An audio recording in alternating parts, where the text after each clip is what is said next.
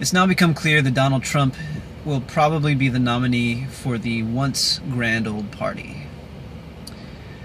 I've said before, and I've written before, that Donald Trump's policies are xenophobic, that he is misogynistic, that he's a creep, that his policies are unconstitutional.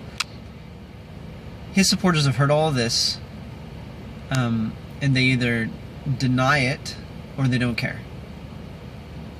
So I'm not going to worry about that. I'm not going to talk about that anymore. It's been talked about.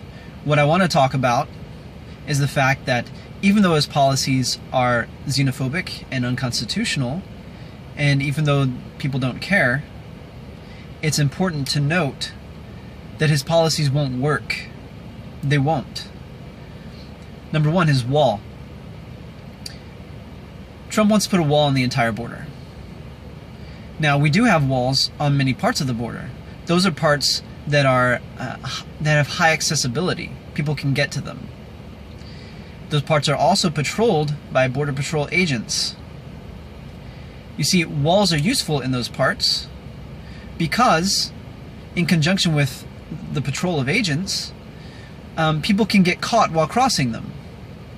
But if you put a wall in the middle of the desert, and you don't have any agents around, you don't have agents within 30 miles, within 50 miles, it doesn't matter. They'll just bring a ladder, they'll bring a rope, as Donald Trump himself admitted. They'll bring a ladder, they'll bring a rope, and they'll just go over the wall. So you've slowed them down 10 minutes. Big deal. The wall is just a very expensive symbol that doesn't do anything. If you want to secure the border, you invest not in a wall, but in better drone surveillance and response based on drone surveillance. The drone sees people crossing the border. If you see a couple dozen people crossing the border in the middle of the night, they're probably illegals, and so you send in the Border Patrol, and the drone can track them in the meantime. That's how you do it. The wall isn't going to make any difference at all. It's just going to be very expensive. Now, as far as it being expensive, Donald Trump says he's going to make Mexico pay for the wall. He's not. He's not going to make Mexico pay for the wall. His plan for doing that is to threaten Mexico by saying that he will block all wire transfers from the United States to Mexico unless they pay us for the wall. It's not going to work, for the same reason that a lot of trade embargoes don't work, because people will just go through other countries. People can't send money directly from the United States to Mexico. Fine, they'll send it to Guatemala or to Japan. It doesn't really matter. They'll send it to another country first and then send it to Mexico. Yeah, that's inefficient, and it's not ideal for the people sending the money, but it's doable. They will do it. So no, that's not going to accomplish anything. People will just go around that barrier. He also says he's going to ban Muslims. How do you do that? Let's not worry about the constitutionality of that, because I know, again, Trump supporters don't care. How do you ban a religion? First, you have to be able to prove that someone belongs to said religion. You have to be able to detect their religiosity. Do we have a urine test, a blood test, that will tell us if someone is Muslim? It has already been shown numerous times that Muslim terrorists will lie about their religion.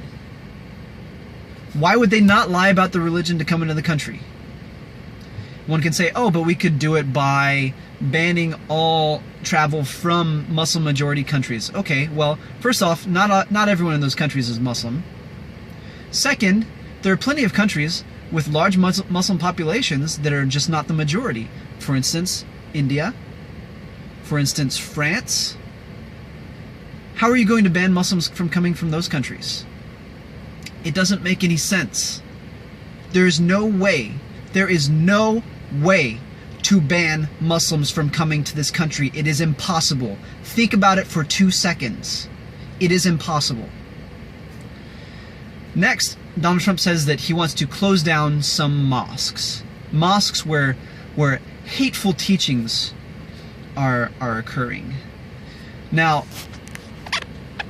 if someone in a mosque is getting up in public and directly inciting rebellion, inciting inciting violence, we can already arrest them for doing that. But he's not talking about that. He's talking about more ambiguous, hateful statements, which creates a really scary precedent. But let's not worry about that, because again, I know that Trump supporters don't care. In order to close down mosques, what you would basically do is go to the mosque, tell everyone that it's closed, make them leave, put guards outside, and arrest anyone who comes there to try to hold a meeting. Problem solved, right? No, it's not a problem solved. Because those Muslims are not going to stop being Muslims. And they're not going to stop meeting. Now they're going to meet in private residences. And now that they're out of the public eye, they're going to be not worrying about public scrutiny. And now they have very real reason to think that their government is unfairly persecuting them. Because it is. Now, does this environment cause more or less radicalization? There is no reason to believe that closing down mosques in this way will lead to less radicalization in this country. It will lead to more. Donald Trump's tax policy is, in a word, ridiculous. The Tax Foundation, which has been accused of having a right-wing bias, I might add, the Tax Foundation says that Donald Trump's tax policy would, even on a dynamic basis, which assumes that there will be more economic activity to be taxed because of the lower tax rates. The Tax Foundation says that over a decade, Donald Trump's tax plan would add about $10 trillion to our debt. $10 trillion. Now, Trump supporters may say, oh, but he'll take care of that. Well, he also says that he's going to pay off the debt. We're about, I think, $19 trillion in debt. He says he's going to pay that off in 8 years. And he's also going to cut taxes. And he also says that there is a massive recession coming. How does that make sense? How is he going to pay off $19 trillion in debt, give us tax cuts that will result in $10 trillion less in tax revenue over a decade, and pay off the debt? Make that payoff during a recession. It doesn't make any sense. They say, oh, but he'll cut the government budget. Really? He says he's going to bomb everyone. Is he really going to cut the budget? And by the way, he can't cut the budget on his own. He needs Congress to help him. When he says he's going to go and bomb everyone, don't you think that's going to cost money? And even that aside, it's ridiculous to think that this tax plan will work, that it won't put us into tremendous debt, and that he will also somehow get us out of the debt we're already in. It's preposterous. He doesn't believe in mathematics, apparently. Finally, there's Trump's trade wars that he wants to start. He wants to start trade wars with China and with Mexico. He wants to put heavy tariffs on imports coming from those countries. Anyone who knows anything about economics, anyone who knows anything about economic history, knows that countries that do this are basically slitting their own throats. First off, those countries will definitely reciprocate. We will not be able to export to those countries anymore. The idiocy of this is just bewildering. Anyway, trade is good for everyone. That's why it happens.